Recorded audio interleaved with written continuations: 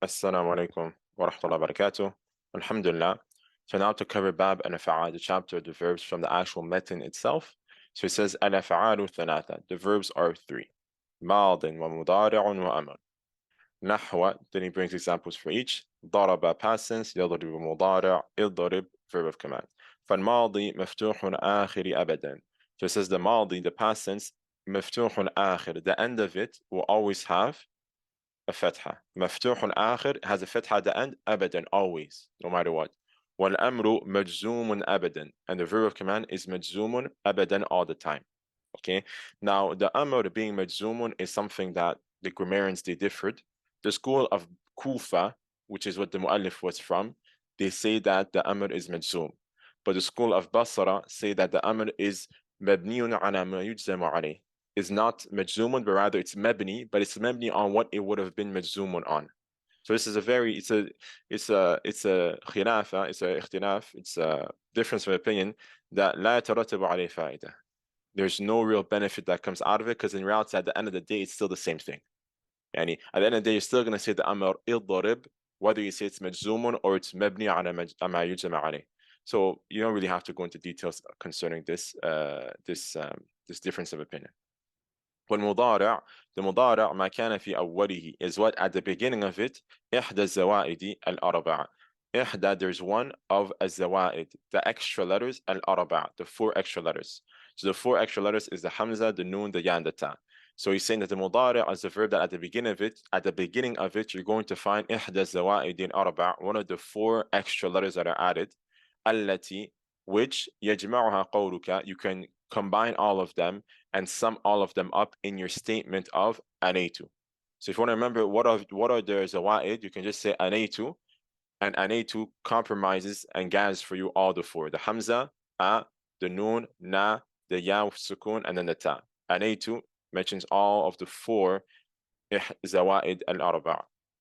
وهو مرفوع أبدا, and the مضارع is always going to be مرفوع حتى يدخل عليه, until we'll enter upon it a nasib or a jazm, something that makes it mansub or something that makes it majzumun. So the marfu' is the mudara, sorry, is always marfu' except if there's something that makes it mansub like a nasib or something that makes it majzumun like a jazm. Okay. Now he's going to go over the jawazim and the wasib, those things that are going to make the mubtada mansub, and those things that are going to make those things that are going to make the mudara mansub, and those things that are going to make the mudara majzumun. So it says فَالنَّوَاصِبُ عَشَرَ. So the things that are going to make the verb mansubun are 10. And again, this is also a place where the two schools differ, but I won't go into details.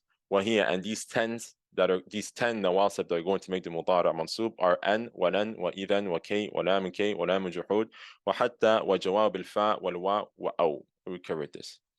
والجوازم الثمانية عشر, and the things that are going to make the verb majzum on the jawazim are 18. And again, big difference of opinion concerning the two schools on this. وهي, and they are lam, walamma, wa alam, wa alamma.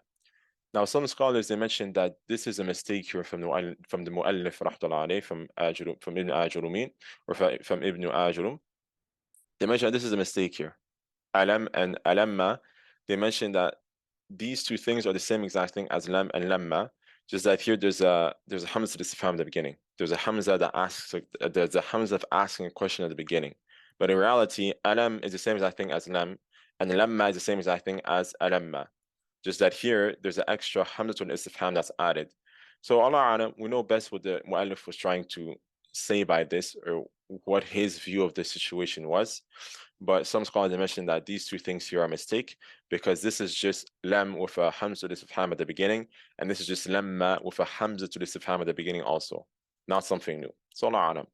وَلَامُ أَمْرِ وَالدُّعَى وَلَا في النهي والدعاء وإن وما ومن ومهما وإذ ما وأي ومتى وأين وأيان وأن وحيثما وكيفما وإذن في الشعر خاصة.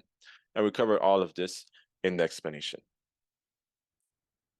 And with that, alhamdulillah, that's the end of Bab al-Af'al, the chapter of verbs. So it doesn't really go into details concerning the verb of command, but he just mentions the mudara and the maldi, and also he mentions the things that are going to make the mudara mansub and the things that are going to make the mudara majzumun. But like I said, this chapter here, there's a lot of difference of opinion concerning two schools on what is what. Okay, so you will find in the explanations of Al-Ajrumiyyah that in this chapter of Bab al-Af'al, you're usually going to find a lot of kalam. You're going to find a lot of different arguments. You're going to find a lot of different opinions. There's going to be a lot of commentaries on what the Sheikh said, what the Mu'allafi said, and how it could be wrong, or so on and so forth. I wouldn't say it could be wrong, but how there's other opinions out there that seem to be more correct. So for example, the Ammar is not really majzumun, but it's mabni ama yujzam alayh. And then for example, the nawasib are not 10, but they're just 4. And then the jawazim, alam and alamma are not mentioned. But this is all things that you can study and you can learn better if you study more advanced explanations of Al-Ajrumiyyah, or you go straight and you study Alfiyat ibn Malik by Ibn Malik. So this is the end of the chapter, alhamdulillah.